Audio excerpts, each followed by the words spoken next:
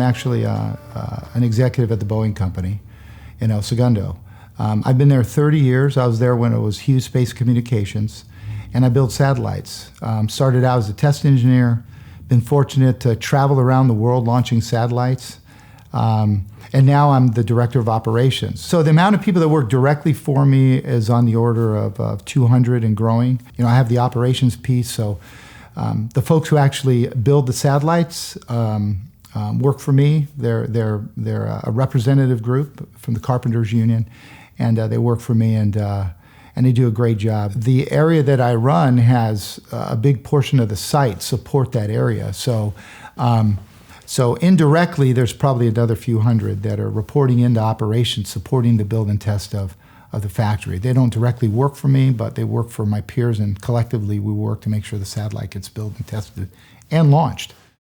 When I was in high school, I never dreamed of having this kind of job or level of responsibility. I was a 2.695 to be exact GPA student.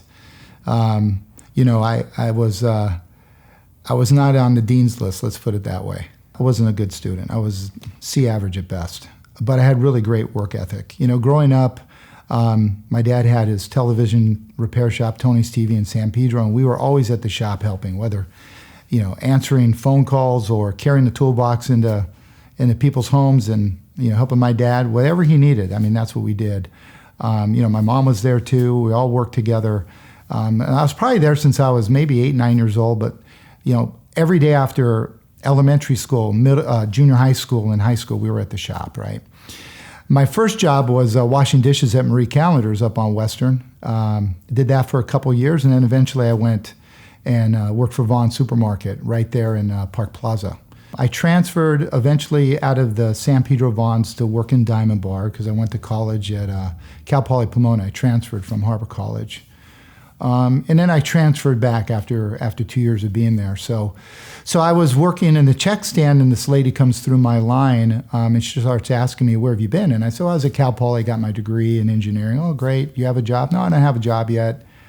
This gentleman comes in next, and he says, so what did you get your degree in? I said, I got an engineering degree. And he goes, well, I work for Hughes Space and Communications.